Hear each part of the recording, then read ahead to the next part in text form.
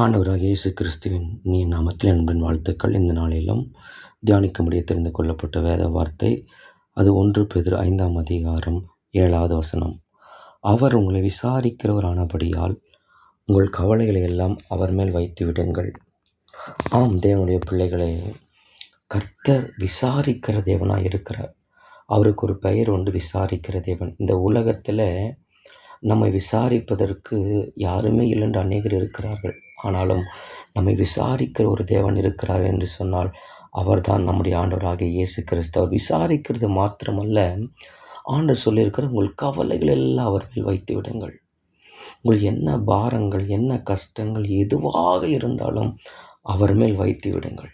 அதனால தான் சங்கீதக்காரன் தாவீது சொல்லுகிறார், சங்கீதம் 55:22, கர்த்தர் மேல் உன் பாரத்தை வைத்து விடு, அவர் உன்னை ஆதரிப்பார், நீதிமானை ஒருபோதும் தள்ளாட விட மாட்டார். அப்போ உங்கள் பாரத்தை எல்லாம் இயேசுவின் மேலே வைத்து விடணும். அண்ணால பார்க்கிறோம், அவருடைய பெண்ணினால் அநேக பிள்ளை இல்லாத நிமித்தமாக அவளை ரொம்ப அழ வைக்கிற அளவுக்கு மிகுந்த வார்த்தைகளை கொண்டு கடினப்படுத்தி பேசி கொண்டு இருக்கும்போது அண்ணால் தேவனுடைய ஆலயத்தில் போய், தேவ சமூகத்தில் போய், கர்த்தருடைய பாதத்தில் போய் இருதயத்தை ஊற்றி, கண்ணீரை ஊற்றி, தேவ சமூகத்தில் தன் பாரத்தை இறக்கி வைத்து விட்டு வருகிறார்கள். ஆனால் திரும்பவும் அவள் துக்கமுகமாய் காணப்படலை. அநேகர் ஆலயத்துக்கு போகிறோம், ஜபத்துக்கு போகிறோம், ஜப அறைக்கு போகிறோம், கர்த்தர் மேலே போயிட்டு பாரத்தை நம்ம கொட்டி அழுது தீர்த்து எல்லாத்தையும் வைத்து விடுகிறோம். ஜெபம் முடிந்து விட்டு என்ன செய்கிறோம் என்று சொன்னால் அதே பாரத்தை திரும்ப எடுத்து கொண்டு வருகிறோம்.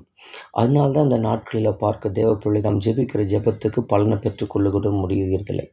ஏன் என்று சொன்னால் கர்த்தர் மேல் வைத்து விடு என்று கர்த்தர் கட்டளையாக சொல்லிவிட்டால் அந்த கட்டளையை நாம் ஃபாலோ பண்ண வேண்டும். நம் தேவனுடைய பிள்ளைகளே, கர்த்தர் மேல் பாரத்தை வைத்து விடுங்க. கர்த்தர் உங்களை விசாரிக்கிற ஆனபடியால் அவர் மேல் உங்கள் பாரத்தை எல்லாம் வைத்து விடுங்க. உங்கள் கவலைகள் எல்லாம் அவர் மேல் வைத்து விடுங்க. கர்த்தர் மேல் பாரத்தை வச்சுட்டிங்கன்னா அவர் எகோவியரை எல்லாவற்றையும் பார்த்துக்கொள்வதற்கு வல்லமையுள்ளவராக இருக்கிறார். மத்தேயு 11:28 இப்படி சொல்லுகிறது, வருத்தப்பட்டு பாரம் சுமக்கிற எல்லோரும் இடத்துல வாருங்கள், நான் உங்களுக்கு இளைப்பாறுதலை தருவேன் என்று கர்த்தர் சொல்லியிருக்கிறார். அப்போது தேவனிடத்தில் போய் உங்கள் பாரத்தை, உங்கள் கஷ்டத்தை, உங்கள் கண்ணீரை, வேதனையை நீங்கள் அவருடைய பாதத்தில் போய் ஜபத்தில் தெரியப்படுத்துங்க. ஆண்டவருக்கு தெரியப்படுத்துங்க. ஆண்டவருக்கு சொல்லுங்கள், உங்கள் நிலைமையை தேவன் அறிந்திருக்கிறார்.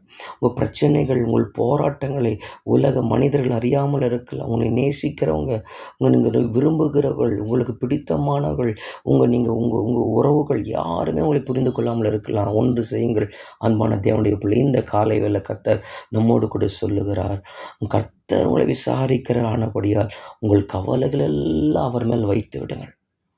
அவர் மேல் வைத்துட்டிங்கன்னு சொன்னால் உங்களுக்கு இளைப்பாறுதலை கர்த்தர் தருவார். இளைப்பாறுதலை மாத்திரமல்ல, அன்னாலை போல தேவ சமூகத்தில் இறக்கி வைத்துட்டு நீங்கள் திரும்ப துக்கமுகமாய் காணப்படக்கூடாது. யெகோவா எல்லாம் பார்த்து கொள்ளுவார் என்று நீங்கள் நிச்சயமாக விசுவாசத்தோடு கூட கர்த்தர் மேலே வச்சுட்டோம்பா, அவர் பார்த்து கொள்ளுவார் என்று நீங்கள் உங்கள் காரியங்களில் நீங்கள் உறுதியாக நிற்கும்போது கர்த்தர் மகிமையான காரியங்களை செய்து உங்கள் வாழ்க்கையில் இருக்கிற பாரத்தை அகற்றி இளைப்பாறுதலை கொடுப்பதற்கு நம் தேவன் வல்லமையுள்ளவராக இருக்கிறார். இந்த வார்த்தைகளை கொண்டு இந்த நாள் முழுது கர்த்தர் நடத்துவாராக.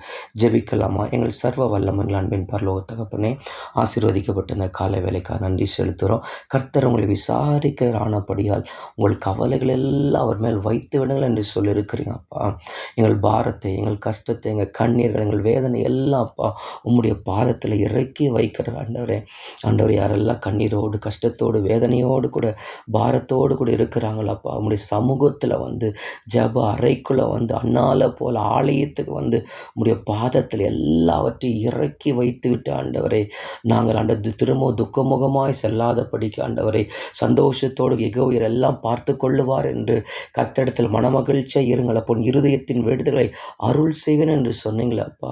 நாங்கள் சமூகத்தில் எல்லா பாரத்தை இறக்கி வைத்துட்டு செல்லுகிற ராஜா, எங்களுக்கு அற்புதங்களையும் அதிசயங்களையும் செய்து உங்கள் நாமத்தை மகிமைப்படுத்துங்க.